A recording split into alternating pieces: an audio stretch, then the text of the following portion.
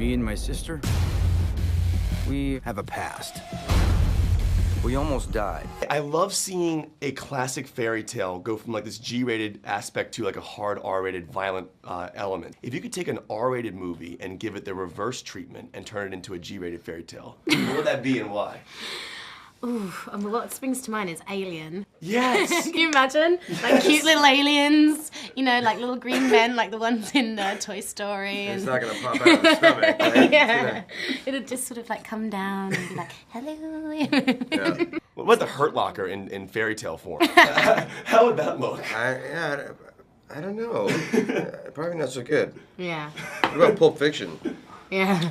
How would the needle scene go down in Pulp Fiction? It'd be one of those like pretend medical, you know, those kids' toys when you play doctors and nurses. It'd be one of those pretend ones.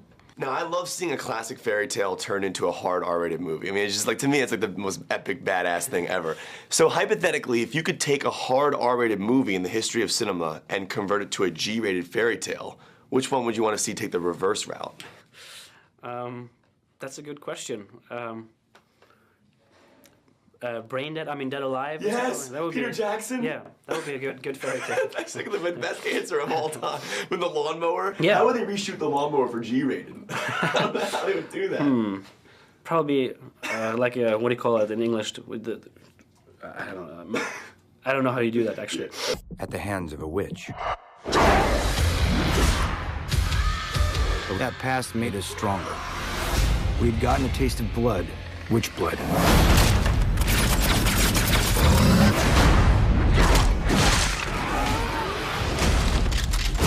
When you're underneath all that makeup and you get to actually, you know, playing this villain, do you feel more free as an actor to be able to like go as crazy as you want to be because you're covered up by all that makeup, or is it like a lesser factor for you since you're not physically? You know what it was? It was kind of a balance that a good balance I had to find, because on the one level, you know, the makeup did so much for me. Right. By the time I was done after 3 hours and I looked at myself or whatever I could see of myself in the mirror through these big contact lenses, I thought, I'm so scary. Like, how much more scary do I need to add to this? Right. And so normally, you know, playing to me in the past when I've played villains like in GoldenEye or whatever, I just feel like you can go crazy and be big and over the top and whatever. But with this one, I just thought, you know, maybe I can't do too much because I'm already so scary. And on the other hand, the other part that was something I had to get used to is like you have an army of people around you all the time, because literally every time you open your mouth or do something, you become unglued, literally unglued. So they have to. So that took a little bit of the freedom away that I normally feel as an actor, where you can just go in between takes and you don't have to constantly think about, you know. So it was, the challenge was letting go of all this stuff and trying to just be a whole new me. That's interesting, because I feel like it can distract you from the performance a little bit. It like can like a little bit, yeah. That. So in the beginning, I had to really get used to it. Right. And we haven't stopped since.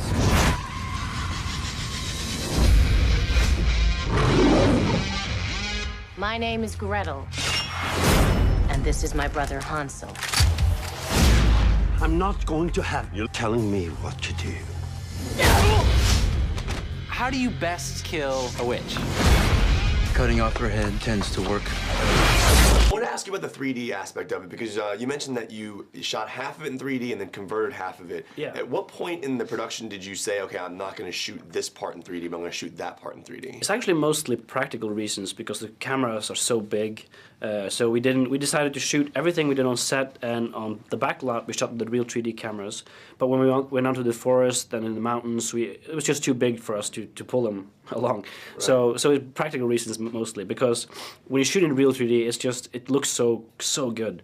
So we try to do it as much as we could. When you see those transitions in the movie go from the real 3D to the converted 3D, you can't tell, it's like seamless. Yeah, exactly. So because they have to match what we shot, which is great for the converting company. I mean, they have to actually match the good stuff we got on camera. And how do they do it? Do they pull things from the foreground forward and push images back? It's so cool. How do you convert some of that? Well, yeah, they literally go frame by frame and put. It's an insane job. I mean, but it looks great. I'm really happy with the 3D of it. I hate that one.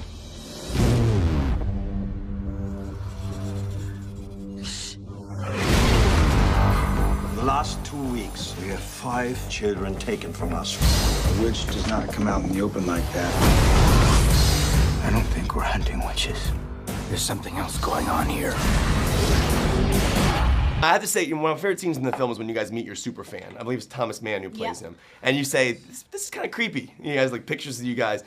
In the careers you've had so far, what is the creepiest fan moment you've come across and just in real life?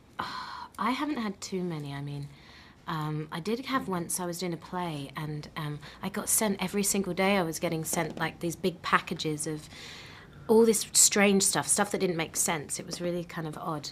But I don't have any. You know, I've not been around too long, so I don't have many of those kind of experiences. But you have. Yeah, there's creepy stuff. People ever get like tattoos of your characters, like autographs There's and stuff been like that? some of that stuff. Now that you, I don't know. I can't really pay attention to that stuff. Yeah.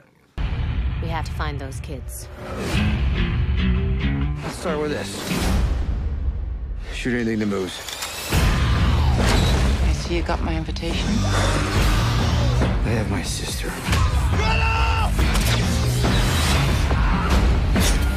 When you sit down in a theater and you watch it on screen, do you find yourselves criticizing elements of your acting, or can you lose yourself in a movie and just enjoy it? I personally am not very good at watching myself in movies. I hate myself. Yeah, it's hard. I mean, it's, you know.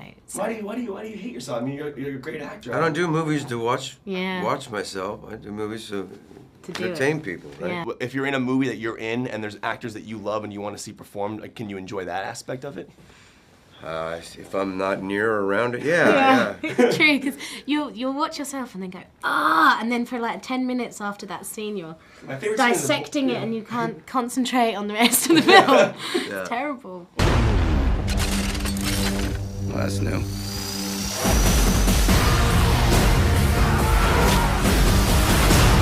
Hell yeah! Morning, sunshine.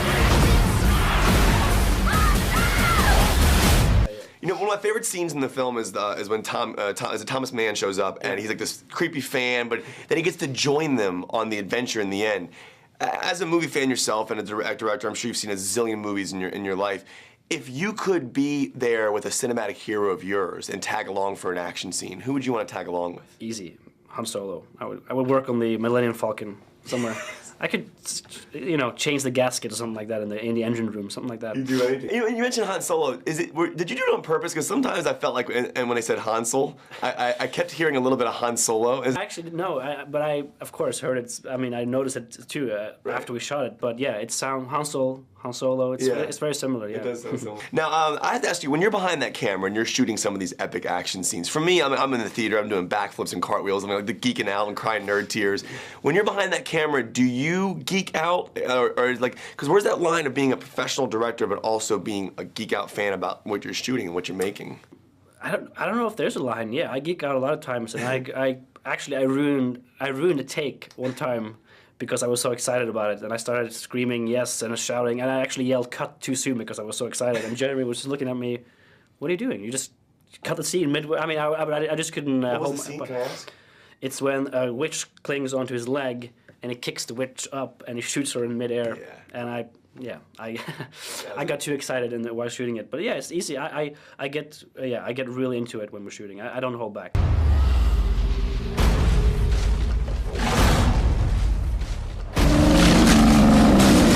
You gotta be kidding me.